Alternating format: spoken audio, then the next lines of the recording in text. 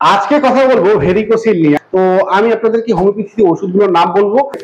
R42 বিশেষ করে স্ফীত রোগের জন্য একটা খুব সুন্দর একটা বেস্ট একটা হোমিওপ্যাথিক ঔষধ। এই ওষুধটা সেবন বিধি হচ্ছে 15 ফোঁটা ওষুধ একটা পানিতে মিশিয়ে ডেইলি 2 থেকে 3 বার সেবন করতে হবে। ক্যালকুলাফ্লো 12x, এই ক্যালকুলাফ্লো 12x এটা একই সাথে সাধারণত যত ধরনের টিউমার রয়েছে বা চোখের সমস্যা রয়েছে অথবা স্ফীত রোগ রয়েছে অথবা শরীরের যে কোনো বর্ধিত অংশ থাকে, অর্থাৎ অনেকের ব্রেস্ট টিউমার হয়, অনেকের জয়েন্ট টিউমার হয় বা যে কোনো ধরনের টিউমার হয়, তাদের জন্য পারফেক্ট হোমিওপ্যাথিক বায়োকেমিক মেডিসিন হচ্ছে এই ক্যালকুলাফ্লো 12x।